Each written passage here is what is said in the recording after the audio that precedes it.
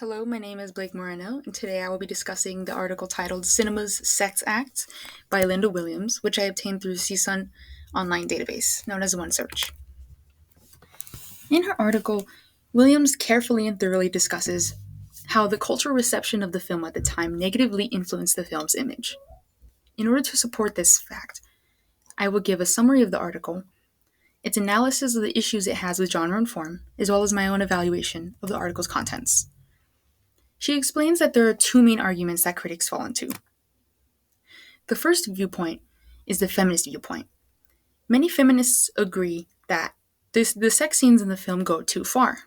And then Williams raises the question of how much is too much sex, and why are we thinking of this sex as too much when it's two lesbians who are so deeply and passionately in love with each other that they physically cannot contain themselves. She identifies this double standard that many critics have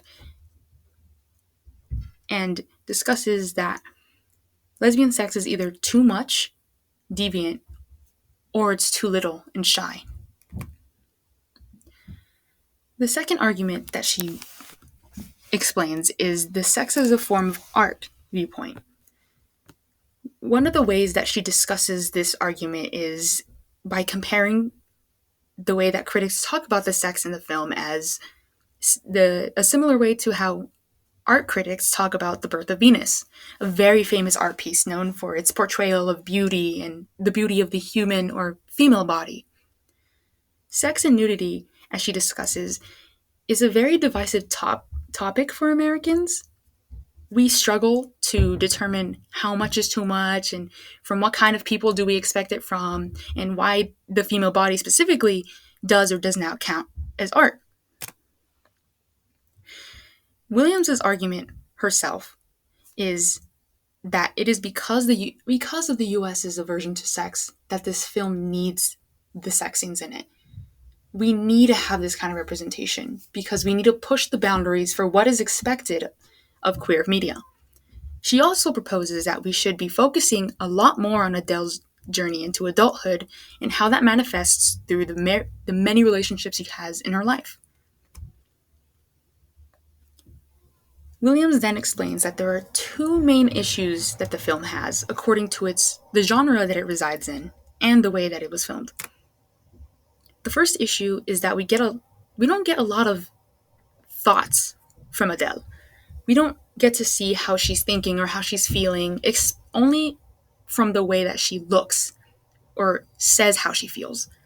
A specific example that she brings up is the breakup scene, where the significance of Adele cheating on Emma with a man is a very important and crucial point to discuss, not only within the LGBT community, but outside of it in media as well.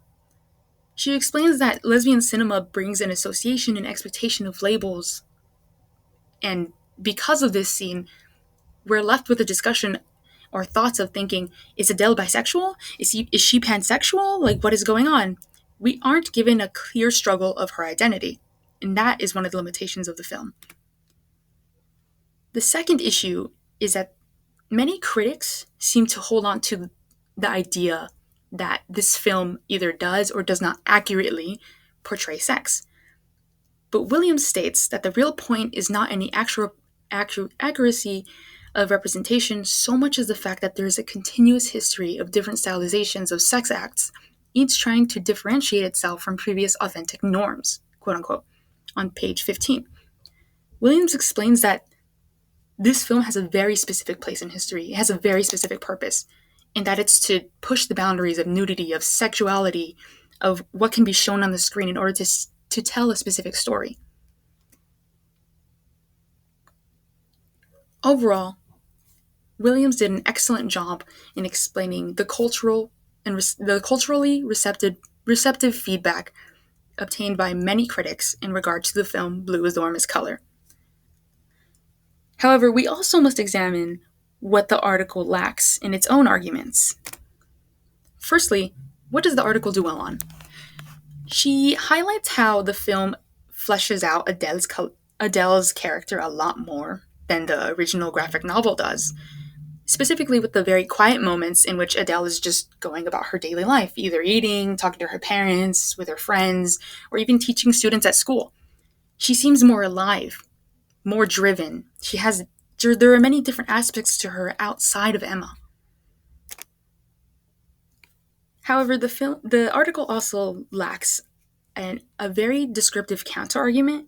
Her counterargument to a very popular argument that critics have for whether a straight man can produce an authentic lesbian story is that, well, we shouldn't really be concerned about that.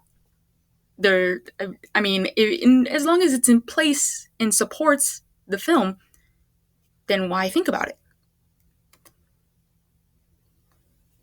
In conclusion, we discussed a summary of the article's contents, the article's lists of limitations in regard to genre and form, as well as the effectiveness to which the article commented on the film's cultural reception. Thank you for watching.